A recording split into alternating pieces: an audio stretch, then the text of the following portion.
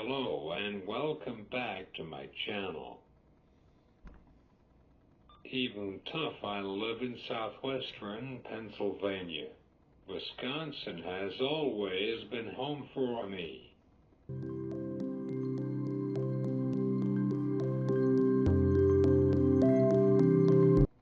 It's a place of forests, lakes, small towns, and communities that actually look out for each other. From the Northwoods all the way down to Lake Michigan, Wisconsin has this mix of natural beauty and everyday tradition that really shapes the people who grow up there. I was raised in Twin Lakes, right on the Wisconsin-Illinois border.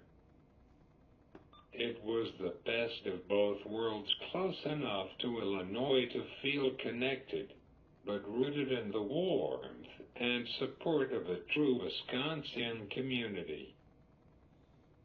I went to Randall Consolidated School, and honestly, that place and my family was Lutheran.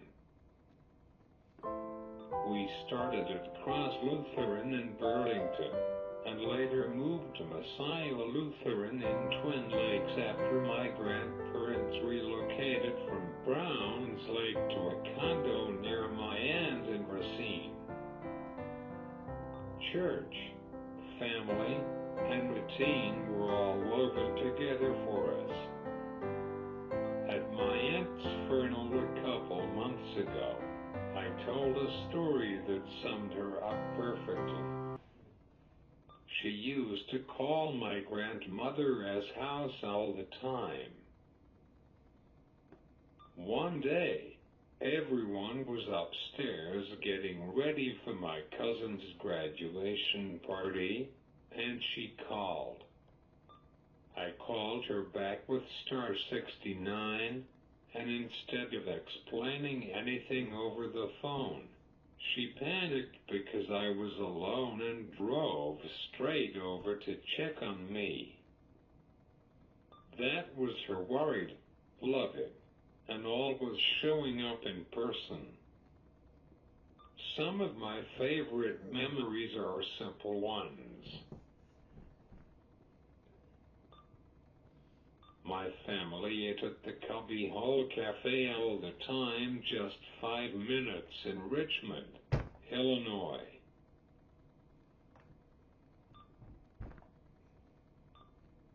I always ordered the short stack. And I spent a lot of time at the Pottery Barn with my dad and his friend, David. I do not know if he is alive or not. Just hanging out, watching them work, soaking in the quiet creativity of it. Sorry to interrupt, but according to the internet, there is no Pottery Barn. Growing up in Wisconsin made me who I am. The people, the places, the values. I do not think I would be as smart, grounded, or steady without that upbringing. When my friend interviewed me for an oral history project through the Washington County Gay Straight Alliance, they introduced me as being born in New Freeport, Greene County. I absolutely burst out laughing. First of all, the village of New Freeport is 1 mile in length and doesn't even have a hospital. The closest ones would be Waynesburg or Washington. When I had to go to the hospital, I had to be life-flighted to UPMC Children's in Pittsburgh. And second, the inclusion there is. Let us just say, not exactly known for being great. No. I mean, my parents fought for me to be in regular education with supports, but I was the only one and students made fun of me. It was one of those moments where you realize how much your real roots matter. Wisconsin isn't just where I grew up, it's the place that shaped my sense of community, belonging, and identity in a way that a random line on a form never could. While there this last time, we went to the Golden Rondel Theater in Racine, which looked like a big golden spaceship.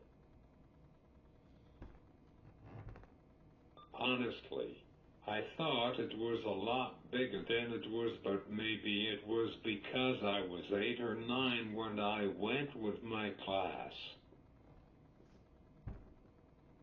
I do not think they were showing anything, so we just left. Even when something is considered out in the country, it is not really out on the country, or at least that is my experience. For example, I lived in Twin Lakes and we had neighbors all around us.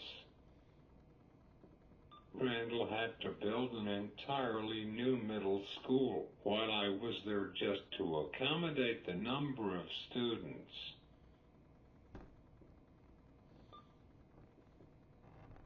Since then, I heard that the school has added 2 entire floors of new classrooms.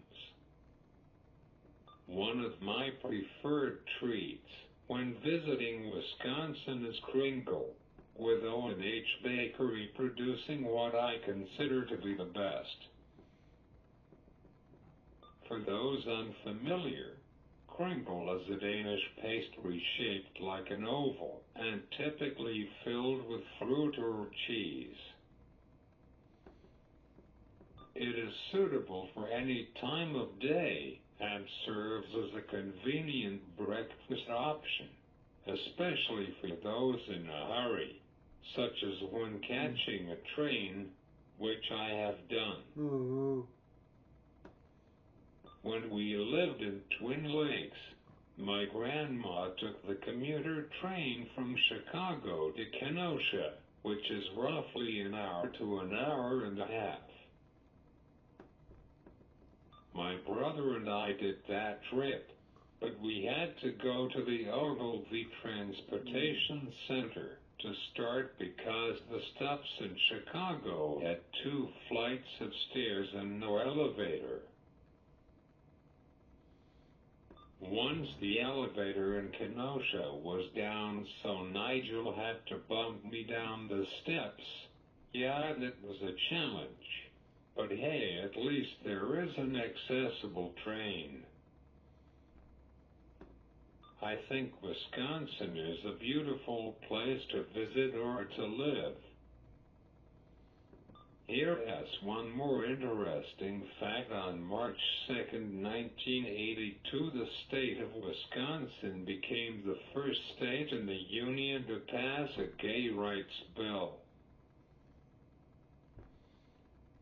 Given that Illinois had the first gay rights organization and was the first state to decriminalize sodomy, that Minnesota was the first state where a gay couple filed for a marriage license, that Iowa was one of the first states to allow gay civil unions, that Massachusetts was the first to offer same-sex marriage, and that the earliest organized gay protests were in Philadelphia. It is a gross mischaracterization of LGBTQ history to suggest that the only important milestones happened on the East or West Coast. I like Wisconsin. It will always be my home. Its people, traditions, and unique places have shaped who I am and given me a sense of belonging that I cherish. Thank you for taking the time to listen to my story and memories. If you enjoyed this, please like and share this video.